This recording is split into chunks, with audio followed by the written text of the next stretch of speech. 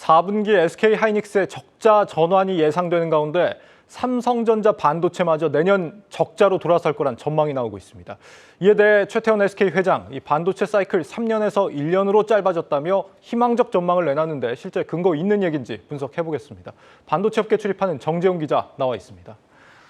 정 기자, 이 삼성전자 반도체라는 게 사실 우리나라 대표 산업 아닙니까? 근데 이게 적자가 난다, 있을 수 있는 얘기인지 모르겠습니다. 2008년 금융위기 이후에 처음이라고요? 그렇습니다. 2008년에 금융위기 2008년 4분기 때 적자가 났었는데 그 이후니까 15년 만에 적자입니다. 최근에 이제 증권사들의 어떤 추정치에 따라 조금의 차이는 있지만요. 다월투자증권이나 NH투자증권이 연달아서 내년 2분기에 삼성전자 반도체 부분이 적자를 기록할 것이라 좀 예측을 했습니다. 예. 여기에 대신증권은 최근 리포트를 통해서 내년 1분기부터 좀 더 앞당긴 거죠. 적자를 기록을 하고 낸드 플래시뿐만 아니라 D램까지도 2분기에 적자를 낼 것이라고 좀 이런 적자를 낼 것이라는데 무게를 좀 실어서 줬습니다.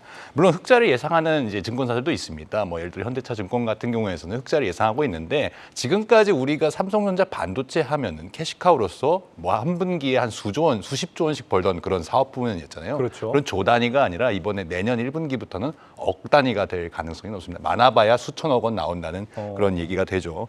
올해 3분기부터 시작된 이제 반도체 경기 하락세가 내년 지금 상반기까지는 더 심화가 돼서 거의 이제 피크를 1, 2분기에 찍게 되거든요. 예. 그것에 따른 영향이라고 좀 분석을 할 수가 있습니다. 근데 최근에 이 기울기가 좀 더 가팔라진 측면이 있습니다. 외국계 증권사 골드만삭스 같은 곳에서 삼성전자의 올해 4분기 반도체 영업이익을 기존 예상보다 1조 원 정도 줄인 1조 5천억 원이라고 좀 내다봤거든요. 네. 그래서 이것이 나온 이후에 국내 증권사들도 이 기준에 맞춰서 뭐 1조 4천억 원에서 1조 5천억 원까지 이렇게 내다보고 있는 그런 상황입니다.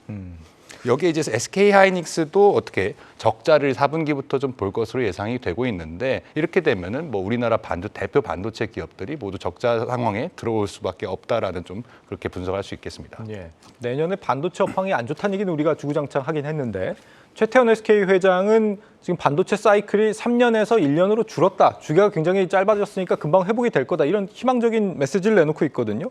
이게 실제 맞는 얘기입니까? 근거가 있는 얘기입니다. 최근 들어서 이제 반도체 우리가 슈퍼 사이클이 이제 2018년도에 한번 왔었는데 그 네. 후로 좀 코로나19 특수 같은 상황이 있었거든요. 그러니까 최근에 반도체 사이클, 그러니까 주기 자체가 좀 짧아졌다는 측면이 있습니다. 역사적으로 좀 살펴보면 이 반도체 호황이라는 것은 반도체가 많이 팔려면 그만큼 IT 제품, 특정 IT 제품에 대한 어떤 새로운 수요가 발생한다든지 이런 것들이 있어야 하잖아요. 예. 그러니까 1990년대 중반에 어떤 PC 제품이 나왔고 그 이후에 이제 인터넷, 그다음에 스마트폰, 이걸 최근에 정점을 찍었던 2018년 데이터 센터까지 이렇게 좀 최신의 IT 제품 수요가 좀 이어져야 호황이 좀 오는 측면이 있습니다. 메모리 반도체 현재 최대 시장, 그러니까 최대 소비하는 시장이 데이터 센터, 그러니까 서버 사업자들입니다. 클라우드 업체로 대표되는데 예. 이들 클라우드 사업자들의 어떤 투자 계획 단위가 1년 단위, 보통 예전에 한 3년 단위였다면 1년 주기로 짧아졌다는 데서 이 근거를 좀 찾을 수가 있습니다. 그러니까 1년 주기로 이 투자 사업자들, 클라우드 사업자들의 투자 계획이 달라지기 때문에 반도체 업황도 그에 따라서 달라질 수 있는 거죠. 전문가들은 이 자율주행차다, 뭐 확장기기, 그러니까 XR기기 이런 것들이 새로운 신수요가 나타나지 않는 이상 이 클라우드 사업자들이 2027년까지는 이런 주기를 이끌어간다라고 보고 있습니다. 인터뷰 들어보시죠.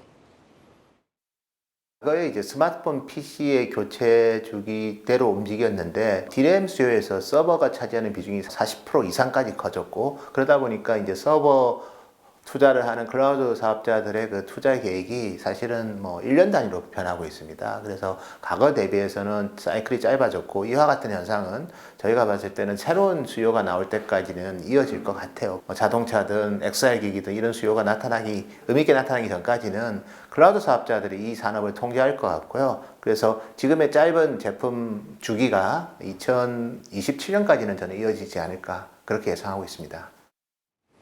네, 확실히 반도체 업체들 작년까지 있었던 어닝 서프라이즈의 배경이 주로 이제 서버용 D램 쪽이었던 걸로 기억을 합니다. 지금 사이클이 1년이다 그러면 내년 하반기에는 좀 상승을 기대해 볼 수 있는 건가요? 증권사에서는 일단 긍정적으로, 낙관적으로 바라봤을 때 내년 3분기부터는 좀 살아난다고 이렇게 예측을 하고 있습니다. 그 근거가 뭐냐면요. 이제 내년 초에 인텔이 이제 서버용 CPU 시장의 거의 80%에서 90%를 차지하고 있는 사업자인데 네. 이 인텔이 새로운 DRAM 기기인 DDR5가 적용된 사파이어 레피즈라는 CPU, 서버용 CPU를 내년 1월에 이제 출시를 할 예정입니다.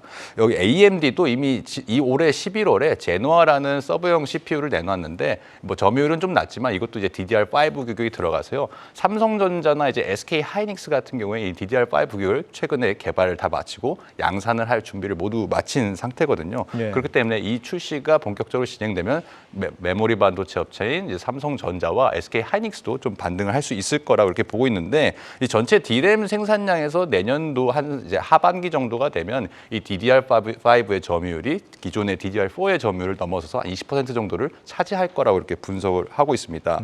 무엇보다 이제 반도체 어떤 업황의 반등을 위해서는 지금까지 삼성전자와 SK 하이닉스가 쌓아놓은 반도체 재고가 수십조 원에 해당한다고 계속 보도가 나오고 있잖아요. 예. 이 재고량을 상반기에 어느 정도 소진할지에 따라서 좀 하반기 사이클이 어떻게 될지가 좀 판단이 될 것 같습니다.